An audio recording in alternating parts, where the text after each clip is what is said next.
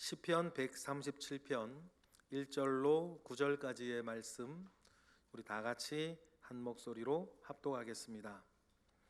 우리가 바벨론의 여러 강변 거기에 앉아서 시온을 기억하며 울었도다. 그 중에 버드나무에 우리가 우리의 수금을 걸었나니 이는 우리를 사로잡은 자가 거기서 우리에게 노래를 청하며 우리를 황폐하게 한 자가 기쁨을 청하고 자기들을 위하여 시온의 노래 중 하나를 노래하라 함이로다. 우리가 이방 땅에서 어찌 여호와의 노래를 부를까? 예루살렘아, 내가 너를 잊을진대 내 오른손이 그의 제주를 잊을지로다. 내가 예루살렘을 기억하지 아니하거나 내가 가장 즐거워하는 것보다 더 즐거워하지 아니할진대 내 혀가 내 입천장에 붙을지로다. 여호와여, 예루살렘이 멸망하던 날을 기억하시고 에돔 자손을 치소서. 그들의 말이 헐어버리라 헐어버리라 그 기초까지 헐어버리라 하였나이다. 멸망할 딸 바벨론아, 내가 우리에게 행한 대로 내게 갚는 자가 복이 있으리로다. 내 어린 것들을 바위에 메어치는 자는 복이 있으리로다. 아멘. 동요 하나를 불러보겠습니다. 1부 때 아는 노래인 줄 알고 불렀다가 가사를 틀려가지고 복사를 해왔는데, 아빠하고 나하고 만든 꽃밭에 채송화도 봉숭아도 한창입니다. 아빠가 메어놓은 새끼줄 따라 나팔꽃도 어울리게 피었습니다. 아우, 성가대 감사합니다. 아는 노래인 줄 알았는데 꽃 순서도 좀 헷갈리고 한창입니다 이게 생각이 안 나가지고, 자, 그래서 1부에 마치고 뭐더라? 하고 이렇게 출력을 해봤어요. 근데 이 곡이 2절 있는 거 아세요? 이 곡이 2절 있다는 걸 오늘 출력하면서 처음 알았는데, 2절을 보니까 아버지가 돌아가신 거더라고요. 2절에 이런 내용이 있어요. 아빠 생각나서 꽃을 봅니다. 아빠랑 심은 그 꽃이죠. 아빠는 꽃을 보며 살자 그랬죠. 날 보고 꽃같이 살자 그랬죠. 뭐 이런 내용이 있더라고요.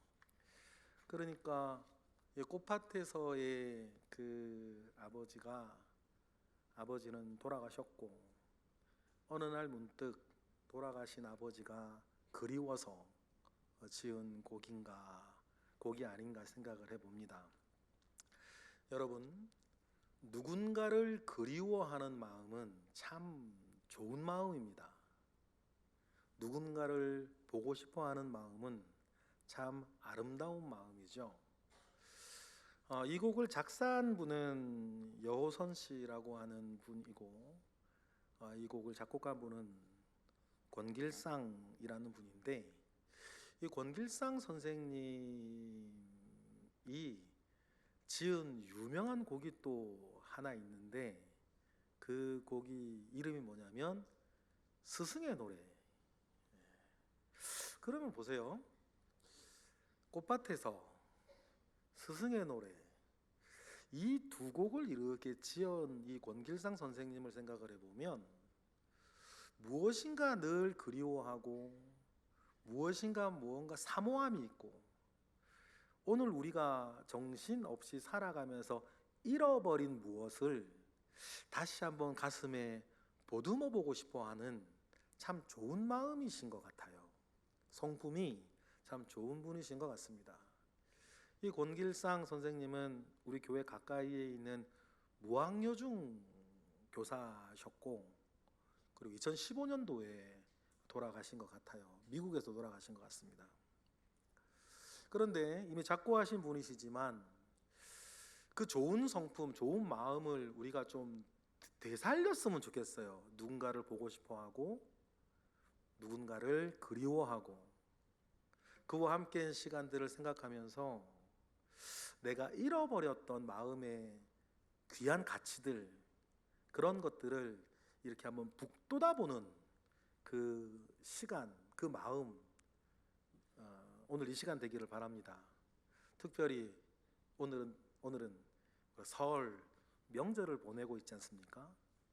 설 연휴를 보내고 있는 이때에는 특별히 정신없이 살다가 잊었던 사람이 있었는지, 정신없이 살다가 잃어버린 소중한 무엇이 있었는지 다시 한번 되뇌어보고 그것을 되찾는 시간들이 되었으면 좋겠습니다. 좋은 성품, 마음이 좋다라고 할 때 어떤 것이 마음이 좋은 것이고 좋은 성품일까? 여러 가지로 이야기해 볼 수 있는데 우리 주님의 마음을 한번 되듬어 가봤으면 좋겠어요. 우리가 요즘 묵상하고 있는 마태복음을 보면 주님이 평상시 주변의 사람들을 볼 때 어떤 마음을 품고 사셨는지를 잘 알 수 있는데 오병이어의 기적이 일어나기 직전 모여있는 무리를 보신 주님의 마음이 나와요. 뭐죠? 불쌍히 여기시는 거예요. 오늘 본문이기도 한 칠병이어의 사건들을 일으키시기 직전 3일 동안이나 먹지 못하고 자기와 함께 있는 무리들을 주님은 불쌍히 여기셔요. 그리고 예수님께서 다른 어떤 기적을 일으키시기 직전 그 사람을 보시면서 주님이 품으셨던 마음은 언제나 측은지심이었다는 거예요. 그러니 여러분, 좋은 마음, 좋은 성품 우리 생각하고 주님이 이 땅에 계실 때 사셨던 마음을 우리가 배우기 원한다면 제일 먼저 우리 가운데에 살아 있어야 할, 되살아나야 될 마음은 내 주변에 살고 있는 모든 사람 한 사람 한 사람을 쳐다볼 때에 여러분 긍휼히 여기는 마음, 불쌍히 여기는 그 측은지심의 마음 우리 가운데 먼저 살아내야 될 줄로 믿어요. 여러분의 마음이 시험에 들었다면 주변의 모든 사람들을 볼 때 무정한 거예요. 마음이 흔들리지 않는 거죠. 다른 시시비비만 생각이 나고 그 사람들 한 사람 한 사람을 볼 때에 이 불쌍히 여기는 마음들이 서로 간에 있지 아니하면 여러분 맞습니다. 여러분 마음 시험는 거예요.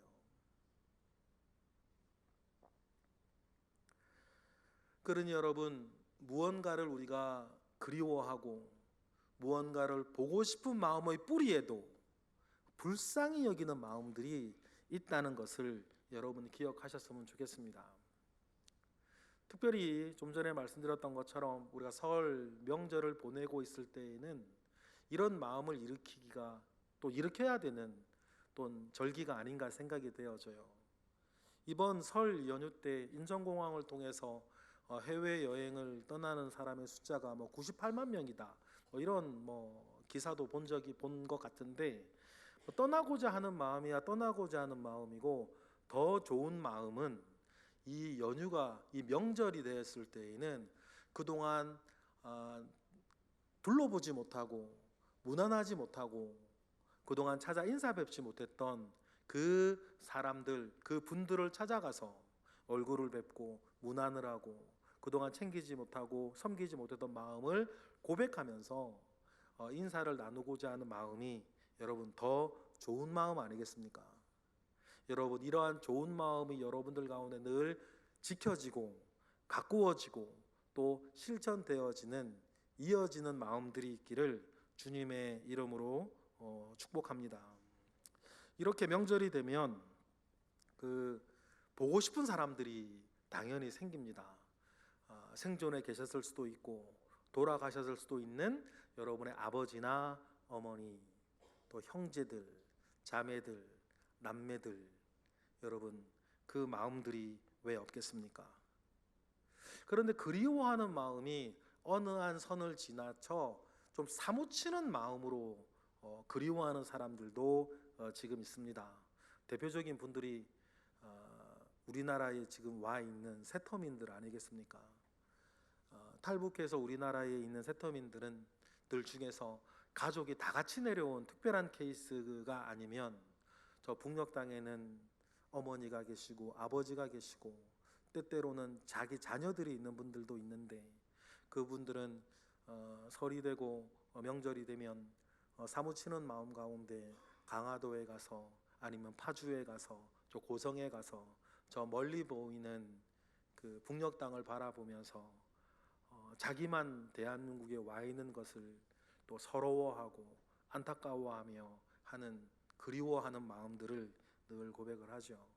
그래서 이즈음에 그런 통일 전망대를 가면 탈북민들 참 많이 만날 수 있는 것으로 알고 있습니다. 그런데 오늘 우리가 읽은 이 시편 137편의 사람들, 이 사람들은 누구보다도 뼈에 사무치도록 그리워하는 사람들이 있고 누구보다도 가서 보고 싶은 고향이 있는 사람들입니다. 시편 137편을 기록한 사람들을 이 시인은 이루 말할 수 없는 고난을 거치고 살아남은 비극의 주인공들 아닙니까? 이들은 고향 생각이 나서 강변에 앉아 울고 있는 이스라엘의 포로민들입니다. 그래서 1절 어떻게 하고 읽어보실까요? 다 같이 시작. 우리가 바벨론의 여러 강변 거기에 앉아서 시온을 기억하며 울었도다. 여러분, 우리가 이 사람들이 당했던 고난을 헤아릴 수 있을까요? 나라가 망했습니다. 자기가 살던 모든 기반이 무너져 내렸고 모든 꿈도 잃어버렸습니다. 근데 이것은 비단 나라가 망했다는 것에 그치지 아니하고 그들의 신앙도 무너져 내릴 위기에 있는 것입니다. 영원할 것이라고 믿었던 하나님의 나라가 무너지면서 그들의 신앙조차 위태로워집니다. 그런데 우리가 잘 알고 있습니다. 이것은 하나님의 심판이었어요. 뒤돌아보면 무너져도 싸다 싶을 정도로 죄악으로 점철된 나라였습니다. 오죽하면 망하기 직전 하나님께서 이미 포로로 잡혀서 바벨론에 가 있던 제사장 지망생 에스겔을 환상 가운데 예루살렘으로 데리고 오셔서 예루살렘 구석구석을 보여주시고 성전 구석구석을 보여주십니다. 어떤 일이 지금 일어나고 있는지 다 보여주시고 에스겔에게 하나님이 물으시죠. 망해야겠냐 안 망해야겠냐. 그 이야기를 들은 에스겔이 한마디도 대답하지 못합니다. 왜 대답하지 못했습니까? 망하는 게 쌌기 때문입니다. 망해야 했기 때문이에요. 결국 하나님의 심판 가운데에 정복자 바벨론 제국에 의해서 이스라엘은 망하고 사람들은 포로로 끌려와서 광활한 바벨론 제국의 모래처럼 뿌려졌어요. 그들에겐 두 가지 선택이 있습니다. 굶어 죽든지 이 황무지를 개간해서 세금 내고 먹고 살든지였어요. 죽을 수 없으니 이 사람들 살아남기 위해서 황무지를 개간하며 살아남아야 했던 사람들이 오늘 시편 137편의 사람들입니다. 그리고 고된 일과를 마친 시인과 이 사람들이 바벨론 강변에 앉아서 웁니다. 여러 강변에 앉았었다라고 하는 것은 일정한 주거지가 없이 필요한 대로 이리저리 끌려다니며 노예에게 시달렸다는 뜻이에요. 하루의 일과가 끝나고 바벨론의 어느 강변에 앉아서 웁니다. 시온, 고향을 생각하며 운다는 것입니다. 예전에 그곳에 살 때는 모든 것이 평범했고 때로 하찮은 것으로 여겨졌던 고향의 모든 것들이 보고 싶습니다. 가슴에 사무치도록 그리운 곳이 되어 있습니다. 그런데 그들을 괴롭히는 것은 배고픔이나 고된 노역만은 아닙니다. 그들을 더욱 비참하게 만드는 일들이 있었어요. 3절 같은 상황이죠. 3절 읽어볼까요? 이는 우리를 사로잡은 자가 거기서 우리에게 노래를 청하며 우리를 황폐하게 한 자가 기쁨을 청하고 자기들을 위하여 시온의 노래 중 하나를 노래하라 함이로다. 이들이 더 비참한 것은 지금 그들이 처해 있는 상황뿐만 아니라 자기를 이렇게 비참한 지경에 빠뜨렸던 바벨론 사람들이 그들의 술판에서 자기들을 놀이개거리로 삼고 있는 현실입니다. 이스라엘이 어떤 사람들입니까? 모세가 여수룬 존귀한 자라 불렀던 사람들이고 가나안 땅에서 위대한 제국을 세운 사람들이고 이 땅의 선택된 민족이요 제사장의 나라라고 불리었던 이스라엘이었는데 그 나라가 무너지고 지금 술판의 놀이개감이 되어서 야 술판에 찬송가 한번 불러보라. 그런데 이 사람들이 어떤 사람들이냐면 자기 자식들 죽인 사람들이고 자기 부모 죽인 사람들이고 자기 아내와 딸들을 겁탈한 사람들이고 모진 고통을 자기들에게 주었던 장본인들인데 그들이 저녁에 술판을 벌이면서 야 노래를 불러보라고 우리 한번 웃겨보라고 춤춰보라고 야 너 찬송가 있다며 찬송가 한번 불러보지. 술판에 지금 놀이개거리가 되었던 것입니다. 이스라엘이 이런 꼴을 당했던 이유는 한 가지예요. 이스라엘의 불순종 죄악 때문입니다. 하나님은 이미 이스라엘이 가나안 땅을 점령할 때부터 다음과 같이 경고해 오셨어요.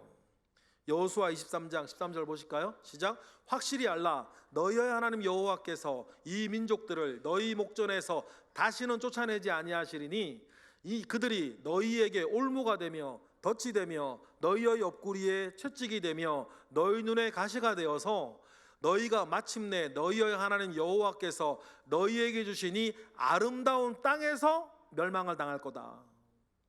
여호수아서를 우리가 읽고 있으니까 이 땅을 차지한 직후에도 너희들이 하나님 아버지 앞에 바로 서 있지 아니하면 하나님이 너희에게 주신 아름다운 땅에서 너희들이 멸망할 거라고 이미 경고가 주어졌어요. 여러분 은혜 아래 있지 아니하면 여러분 믿음 위에 서 있지 아니하면 이 세상에 좋은 것은 없습니다.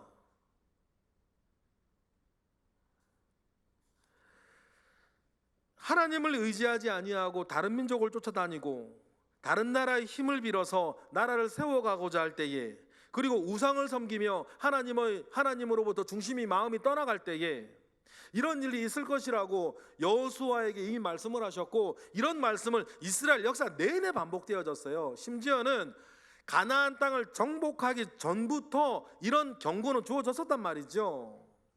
우리 신명기서 한번 보실까요? 신명기 28장 36절부터 시작. 여호와께서 너와 내가 세울 내 임금을 너와 내 조상들이 알지 못하던 나라로 끌어가시리니 내가 거기서 목석으로 만든 다른 신들을 섬길 것이며 여호와께서 너를 끌어가시는 모든 민족 중에서 내가 놀림과 속담과 비방거리가 될 것이라고 땅을 차지하기 전부터 하나님 말씀을 주셨어요. 그러니 이스라엘 백성들은 자기가 하나님을 떠나 살면 이러한 모든 일들이 일어날 것이라고 하는 말씀을 이미 알고 있었고 하나님은 주셨어요. 우리랑 똑같아요. 여러분 우리도 마찬가지예요. 하나님은 이미 우리가 알아야 될 말씀들을 여러분들 이미 다 주셨단 말이에요. 그런데 그 말씀을 귀담아 듣질 않아요. 어쩌면 우리 여러분들처럼 교회 다니고 있고 신앙생활 오래 한 사람들 정말 조심하셔야 돼요. 함석헌 선생이 말한 것처럼 믿음 따로 장깨 따로. 믿음은 믿음이고 내 사는 장깨는 장깨로 따로 있는. 여러분 믿음이라는 것이 무엇입니까? 여러분 교회에서 성경에서 말하는 믿음은 하나님의 말씀대로 살고자 하는 의지가 믿음이에요. 여러분, 천지신명께 비는 비나이다 비나이다. 여러분, 그것을 믿음이라 착각하시면 안 됩니다. 여러분, 그것은 믿음이 아니에요. 그들의 종교심이지. 여러분, 하나님이 살아계신 거는 안다고요? 여러분, 그 정도의 믿음은 마귀도 가지고 있다 그랬어요. 성경은 그 정도를 믿음이라 말하지 않습니다. 그걸 믿음이라 말하지 않아요. 그건 우리 가운데 본성 가운데 심겨있는 종교심일 뿐. 종교심과 믿음은 다릅니다. 그런 여러분, 믿음이 뭐라고요? 내가 알고 있는, 내가 듣고 있는 이 하나님의 말씀대로 살고자 하는 의지가 믿음이에요. 여러분, 그 믿음이 저와 여러분에게 충만하기를 바랍니다. 그런데 이 믿음이 이스라엘에게 필요했단 말이에요. 그들은 가나안 땅, 하나님이 주신 가나안 땅, 젖과 꿀이 흐르는 땅에 나라를 세우며 살고 있었음에도 불구하고 그들은 몰랐던 게 아닙니다. 하나님께서 이 땅 가운데 우리가 잘 살아가기 위해서 어떤 말씀을 우리에게 주셨는지 그들은 이미 다 알고 있었어요. 그런데 믿음 따로, 장괴 따로, 교회의 문법에 익숙하니까 어떻게 하면 믿음 있는 것처럼, 어떻게 하면 은혜 있는 것처럼 말할 수는 있죠. 우리가 교회 생활 1년은 한 것도 아니고 어떻게 말하면 믿음 있어 보이는지, 어떻게 말하면 믿음이 은혜 있어 보이는지, 어떻게 말해야지 다른 사람 책 잡히지 않는지 교회의 문법에 저나 여러분은 얼마나 익숙합니까? 그런데 그렇게 말하는 것과 믿음을 가지고 사는 것은 다른 문제인 거예요. 하나님이 그 중심을 모르시겠습니까? 말로만 따지면 이스라엘은 아무 문제 없었어요. 그러나 하나님께서 성전 뒤 골방으로 에스겔을 데리고 가시니 그들은 믿음 따라 그렇게 살고 있다고 말하면서도 그들의 진짜 삶은 전혀 믿음이 없었단 말이에요. 하나님의 말씀을 지키려고 하는 의지가 전혀 없었어요. 다른 사람들한테 하나님의 말씀을 지키며 사는 것을 산다고 보여주고만 싶었지. 여러분, 하나님 그거 아십니다. 하나님 우리의 중심 너무나 잘 아세요.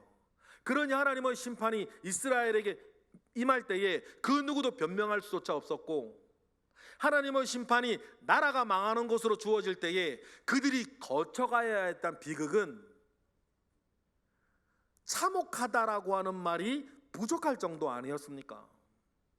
남유다가 망할 때 히스기야 왕이 어떻게 죽었는지 아시죠? 바벨론 장군이 히스기야에게 말을 합니다. 네가 이 땅에서 보는 마지막 모습은 이 모습일 거다라고 하면서 시드기야가 시퍼렇게 살아있는 그때 시드기야 앞에서 시드기야의 아들들의 목을 칩니다.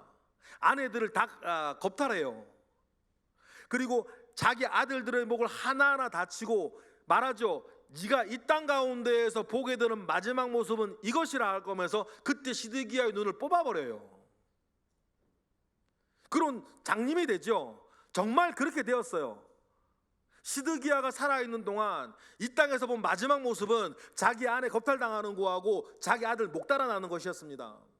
한 나라의 왕이 이 정도였다면 나머지 다른 국민들과 백성들은 어떤 삶을 살았겠어요?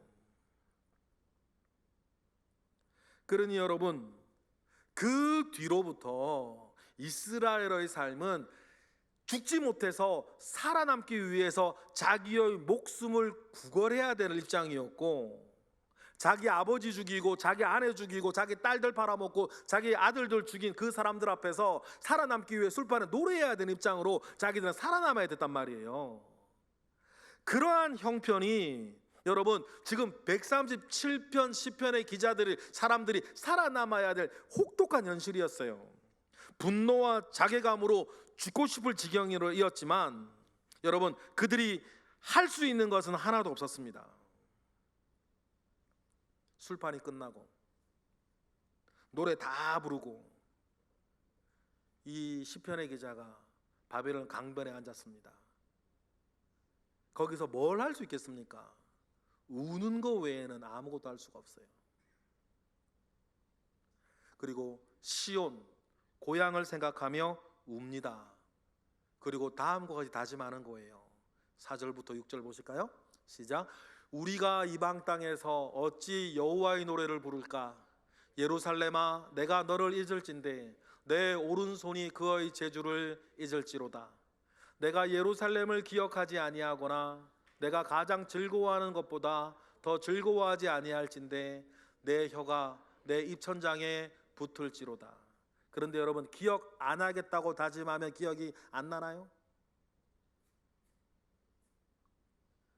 내 혀가 입천장에 붙어서 내가 벙어리가 되어서 말도 할 수 없고 노래도 할 수 없는 자가 되고 싶다, 이렇게 생각을 하고 다짐을 하고 내가 다시는 시온을 보면서 울지 않고 시온을 생각하면 노래를 부르지 않겠다라고 말을 하지만 여러분, 그게 되나요?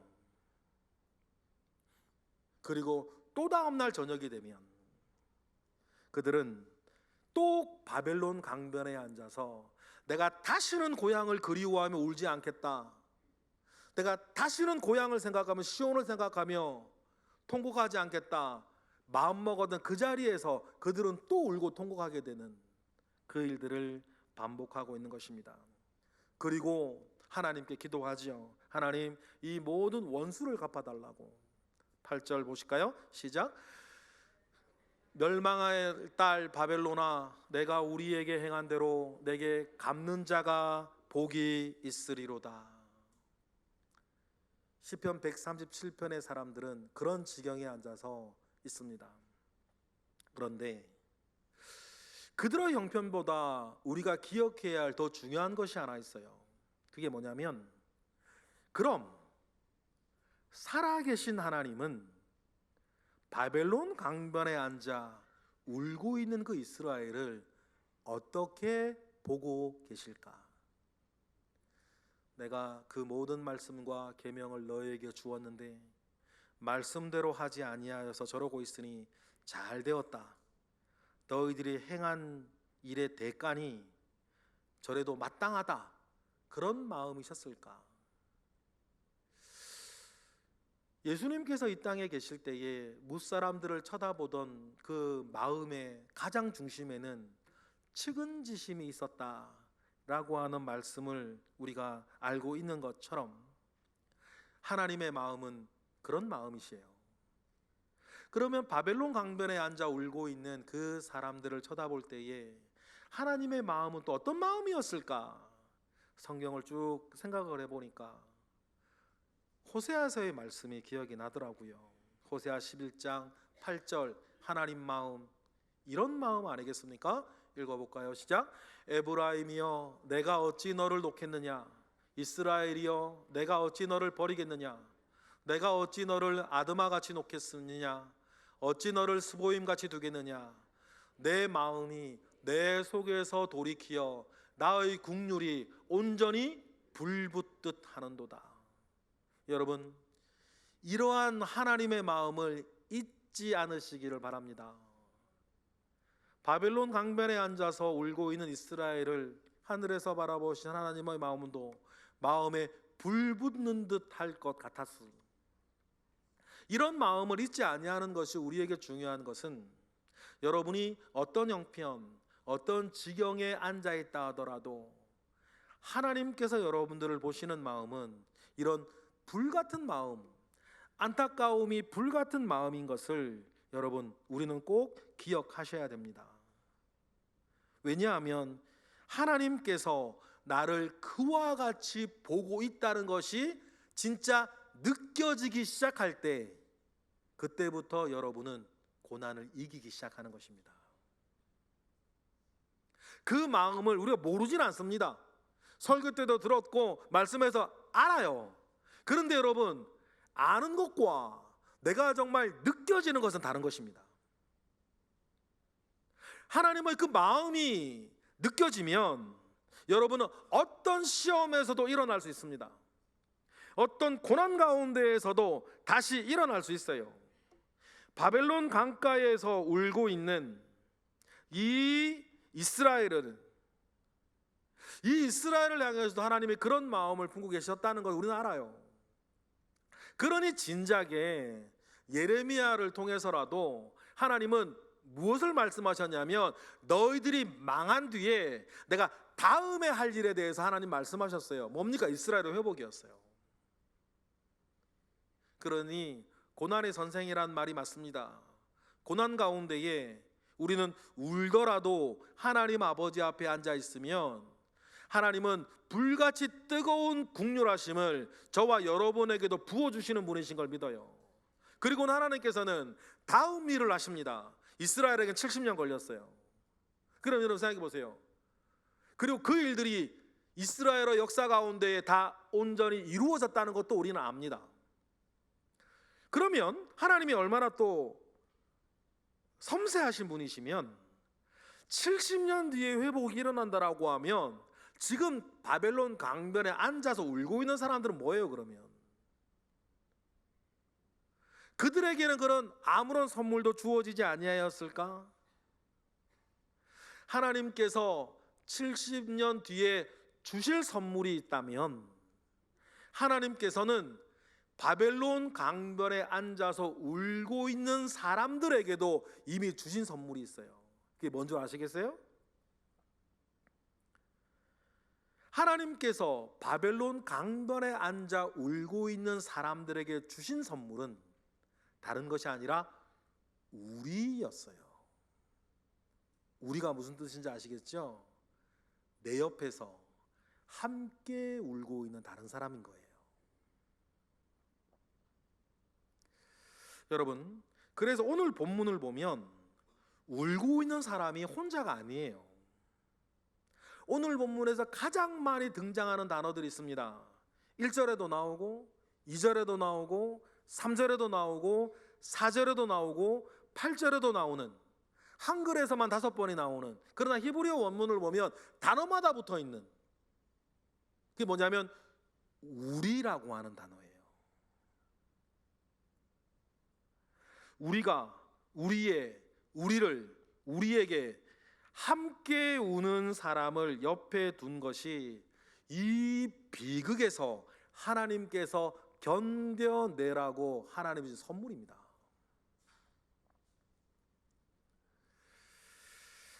여러분, 하나님께서는 지금 이곳에 계신 모든 분들에게도 이 선물 주셨어요. 나의 희노애락과 함께 동행하고 있는 사람들, 그 우리를 여러분들에게도 주셨다는 거죠. 그 사람이 여러분 멀리 있지 않고 여러분 바로 옆에 있습니다. 그 사람을 때로는 여러분은 남편이라 부르기도 하고, 아내라 부르기도 하고, 아들이라 부르기도 하고, 딸이라 부르기도 하고, 아버지라 부르기도 하고, 어머니라 부르기도 하고, 그리고 또 여러분들은 오늘 이 시간에도 여러분 옆에 앉아 있는 또 다른 성도들이에요. 여러분 믿으십니까? 하나님께서는 우리에게 우리를 선물로 주셨어요. 이 관계 속에서 여러분은 강할 수 있습니다. 주님께서는 우리에게 약속하시기를 내가 세상 끝날까지 너희와 항상 함께 있을 것이고 내가 세상 끝날까지 너희를 결코 고아처럼 내버려 두지 않겠다 말씀하시고는 여러분에게 2가지를 선물로 하셨어요. 하나는 여러분들 속에 성령이고, 하나는, 2번째는 여러분들 곁에 교회예요. 성령과 교회는 내가 이 땅 가운데 너희들을 고아처럼 내버려 두지 않겠다라고 하는 하나님의 약속입니다. 여러분 그 선물을 받아 누리시기를 원해요. 그 선물이 있기에 여러분들은 오늘도 살 수 있고 내일도 살 수 있습니다. 그래서 이 우리를 가족 공동체, 교회 공동체 이렇게 부를 수 있어요.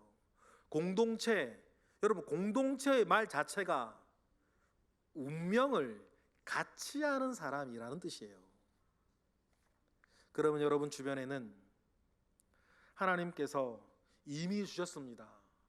운명을 같이 하는 사람들을 이미 여러분에게 주셨다는 거예요. 그리고 기억하십시다. 그것이 하나님의 선물이다. 가까이 있을 때는 잘 못 느낀다 하더라도 이스라엘 백성들처럼 잃어버리고 나면 그것이 얼마나 큰 선물이었는지 여러분 알게 될 거예요. 그러니 잃어버리기 전에 하나님의 선물을 잘 받고 잘 누리시는 우리 모두가 되기를 바랍니다. 그래서 공동체라고 하는 말의 영어인 커뮤니티라고 하는 그 단어를 분석해 봐도 come이라고 하는 함께, 서로 함께라고 하는 말과 뮤누스라고 하는 선물이 더해진 말이거든요. 그래서 함께 있는 것이 자체가 선물이라고 하는 뜻으로 커뮤니티라고 하는 말이 만들어져 있다는 것도 우리의 귀한 깨달음이 되는 것 같습니다. 여러분 그렇습니다. 여러분이 하나님께서 여러분에게 함께 짐지고 가라고, 여러분의 모든 희노애락을 함께 짐지고 가라고 이미 여러분에게 주신 그 선물을 여러분 존귀히 여기시기를 원해요. 그리고 누리시기를 원하고, 그 사람이 나에게 선물이 되었던 것처럼 나도 그 사람에게 보내지는 선물이라는 것을 꼭 기억하고 가족을 만나고 친지를 만나고 교우를 만나고 여러분 함께 사는 모든 사람들을 만나시기를 주님의 이름으로 축복합니다. 이것이 여러분을 강하게 할 거예요. 우리 가까이에 있는 오산 중고등학교를 세운 남강 이승훈 선생 이야기가 있습니다. 대리우치 총독 암살 사건 1911년 이른바 역사책에 백오인 사건이라고 나오는 사건이 있죠. 일제가 우리 민족 지도자들을 다 처단하기 위해서 조작한 백오인 사건이 있습니다. 그 암살 사건에 가담했다는 제목으로 남강 이승훈 선생도 감옥에 갇혀서 옥고를 갖추고 옥고를 치르고 고문을 받으며 고생을 하고 있을 때, 그때 남강 이승훈 선생이 감옥에서 3년여 있는 동안 신약성경을 100번을 읽으셨대요. 신약성경 100번을 읽으면서 기독교는 의로구나, 기독교는 의를 이루는 것인데 그 의를 이루기 위해서 하나님께서 내게 주신 선물들이 있다는 것을 그도 깨달아요.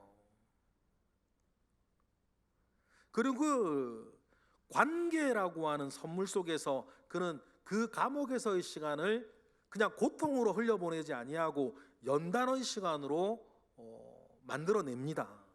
그리고 1915년 감옥에서 추록하면서 그가 하셨다는 말씀이 있어요.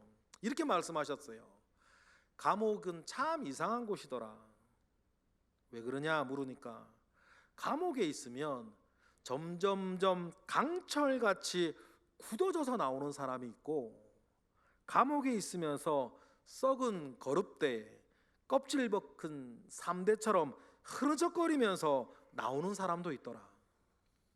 그러면서 고난 중에서 강하여 나오는 사람이 특징이 있는데, 그 고난 가운데에서 주님을 만나고 고난 가운데에서 하나님이 주신 다른 관계의 선물을 받아 누리는 사람은 욥과 같이 고난에서 정금처럼 다시 태어난다는 사실들을 깨달았다, 그런 이야기를 합니다.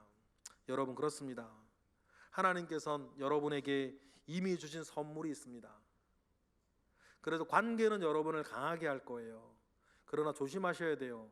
나쁜 관계는 악한 일에 여러분을 강하게 합니다. 그래서 악한 일에 강해지면 그 사람이 돌이키질 않아요. 그러나 은혜 아래에서 여러분들이 강해지기를 바랍니다. 은혜 아래 여러분들이 강해질 때에 하나님께 여러분에게 좋은 관계들을 주십니다. 그 관계 안에서 여러분은 또 강해지실 거예요. 그리고 그 사람들과 함께 살면서 이웃을 사랑하는 현장이요, 이웃을 사랑하는 훈련 도장으로 여러 함께 있는 현장을 이어나가시기를 원해요.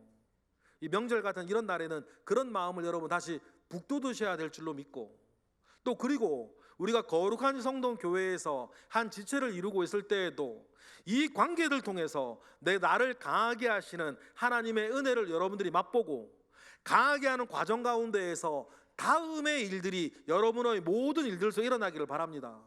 어떤 일들이에요? 우리 요한일서 4장 11절 12절 읽어보겠습니다. 시작. 사랑하는 자들아, 하나님이 이같이 우리를 사랑하셨은즉 우리도 서로 사랑하는 것이 마땅하도다. 어느 때나 하나님을 본 사람이 없으되 만일 우리가 서로 사랑하면 하나님이 우리 안에 거하시고 그의 사랑이 우리 안에 온전히 이루어지느니라. 이 이루어지는 사랑 안에서 여러분은 강해질 겁니다. 여러분, 제가 늘 여러분에게 드리는 말씀 중에 이런 말 있습니다. 시험거리가 있습니다. 어떤 시험거리가 와도 여러분들이 들지 않으면 지나가는 바람입니다. 맞습니까?